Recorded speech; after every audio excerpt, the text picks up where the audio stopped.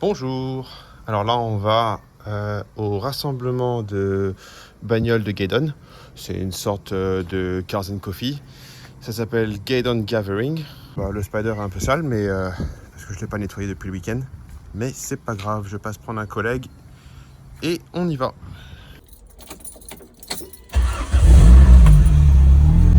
Et la plus grosse aventure, c'est toujours de sortir du garage. Un Volkswagen Beach Buggy. Et comme tous les Beach Buggy, il est customisé. Avec un volant qui est vraiment tout petit. Et un mégaphone. Et des échappements chromés. Pour l'instant, l'une des voitures les plus cool. Mais je sais qu'il y a des choses vraiment incroyables. Comme par exemple Aston Martin 177. Il n'y en a que 77 dans le monde. Et vu la plaque qui dit 177, à mon avis, elle vient du musée, où elle doit appartenir à Aston Martin. Je vérifierai.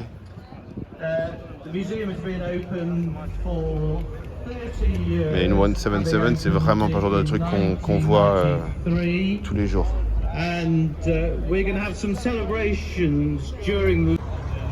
Réplique d'Aston Martin DBR2. C'est quand même très très beau. Je dis ça pour toutes les voitures, mais quand même. Puis pour une réplique, quand même, ça fait bien le boulot.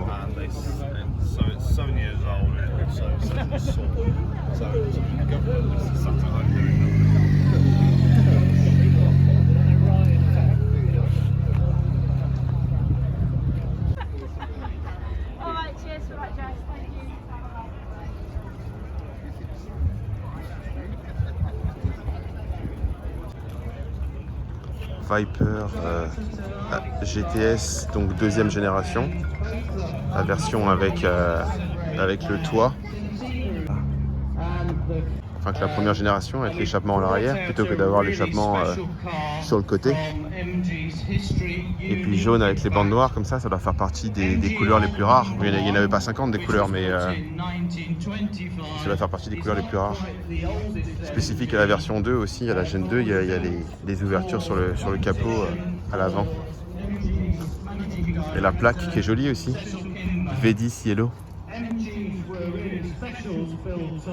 Une DS.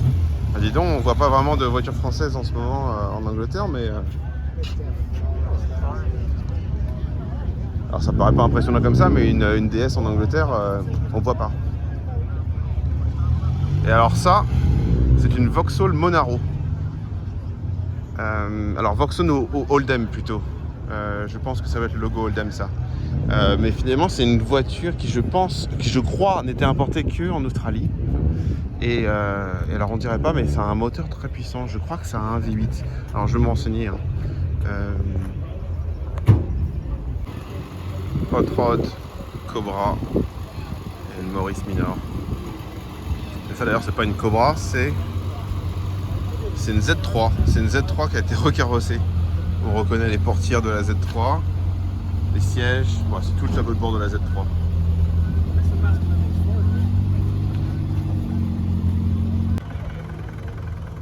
Très très belle 993 Turbo à côté de cette poubelle. Dans un état d'usage, avec des feux arrière un peu passés.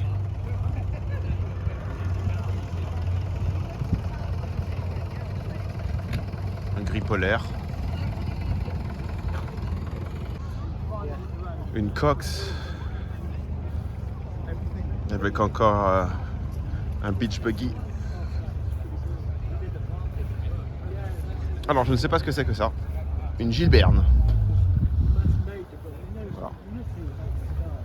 C'est un peu un style à la Berton pour moi ça. Il y a des lignes un peu italiennes hein.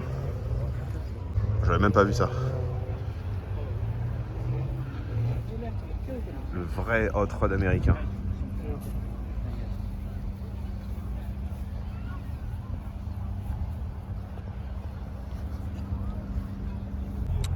Bentley. Est-ce que c'est une turbo? Intérieur crème, passepoil rouge, turbo RT.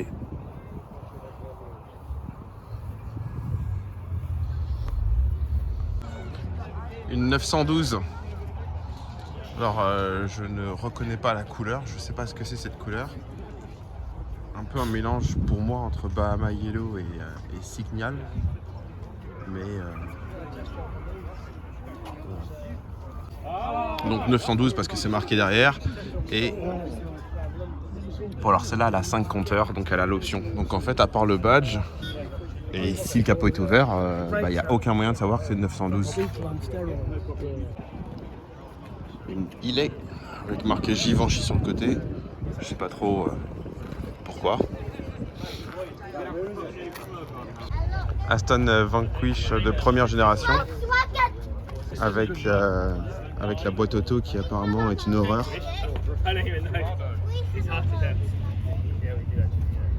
Voilà, donc ça c'est pareil, c'est le genre de voiture qu'on voit plus du tout maintenant. Enfin qui déjà à l'époque on ne les voyait pas beaucoup, mais une Vanquish de première génération ça devient quand même une pièce de collection.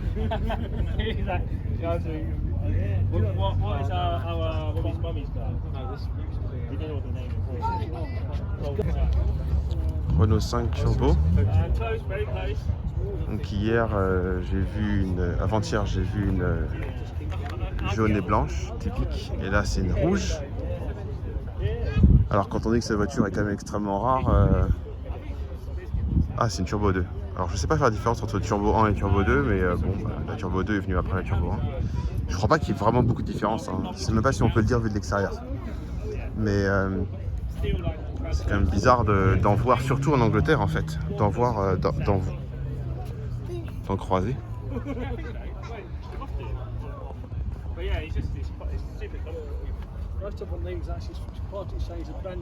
On a les mêmes quick release. Bon, elle n'est pas d'origine celle-là, hein.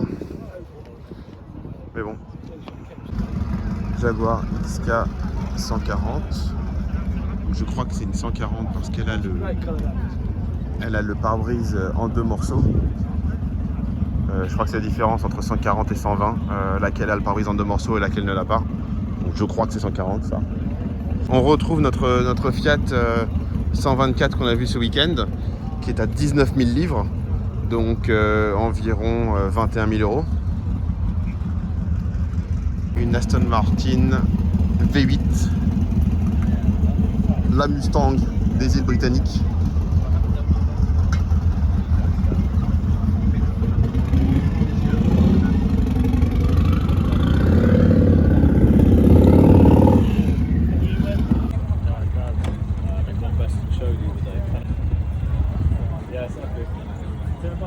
Du coup, cette voiture, elle a eu une restauration à 250 000 livres.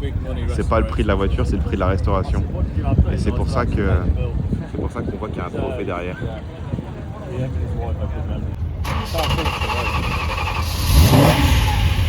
Yes.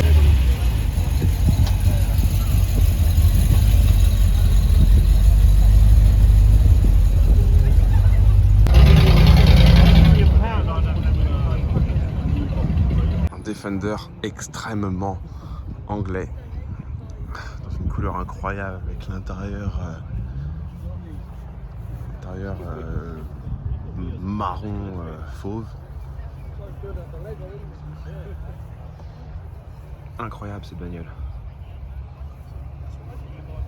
vraiment magnifique. Donc ça ce sont des sièges de... Est-ce que ce sont des sièges... Non, ce ne sont pas des sièges de F-Type, mais ils ressemblent un peu à l'intérieur. Donc ça je ne pense pas que ce soit un Defender d'origine du tout. Je pense que c'est quelque chose qui a été complètement customisé. C'est vraiment très beau.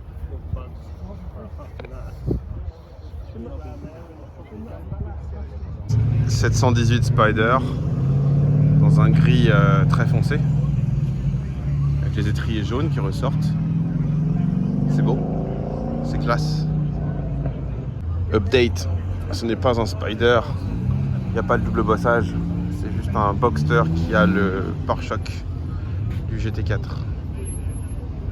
Voilà, donc si tu veux un petit bout d'Amérique pour pas cher, tu peut avoir la Vauxhall Cresta, donc finalement l'Opel Cresta quoi. Donc je ne sais pas si c'est une voiture qui a existé sous le nom Opel. Pour moi ça crie l'Amérique avec la petite casquette là, la petite visière ici. C'est génial. Avec la plaque façon américaine.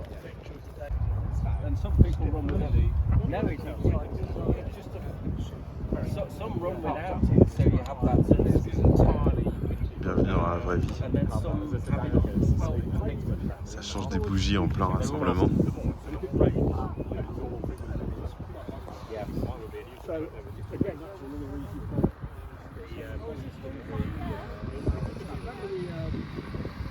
Encore un beach buggy, il y en a pour tous les goûts.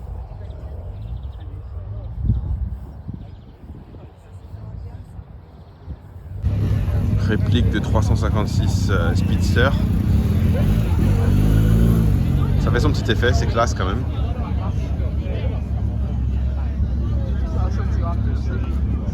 Alors on voit que c'est une réplique parce qu'il y a des détails qui sont pas parfaits, comme les jantes ne sont pas les bonnes, il y a un double échappement. Ça donne un petit peu l'idée que c'est pas une vraie, mais sinon après j'ai vérifié la plaque et c'est une voiture qui a été fabriquée en 2010. Mais le fait qu'il manque du lettrage comme ça rend un peu la voiture authentique. On se dit que si c'était une réplique, finalement ce serait pas, il l'aurait faite parfaitement. Ferrari 355. J'adore la 355, je la trouve vraiment très belle, très pure. Et je me souviens qu'en 2015, ça valait à peu près 50 000 euros. Aujourd'hui, c'est bien 100. Le problème, c'est l'entretien, parce que un changement de courroie, un changement de courroie, ça fait 15 000 balles, donc c'est vraiment une belle voiture. Petite comparaison entre une Elise S2 et le Spider. À peu près même gabarit quand même.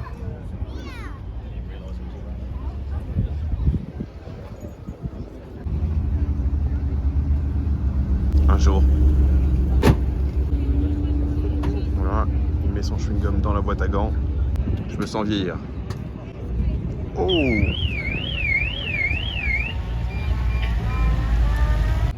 Peut-être que c'est une voiture à pédale en fait.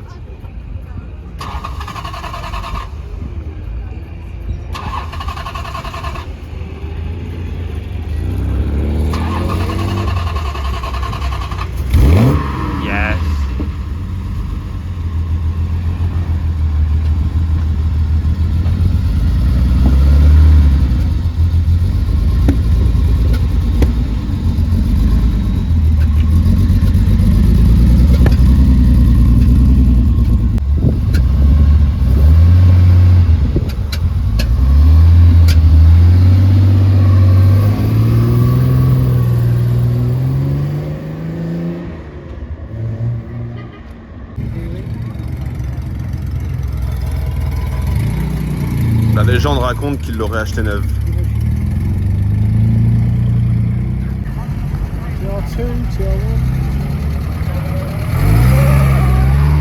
Yeah, you've got to look after.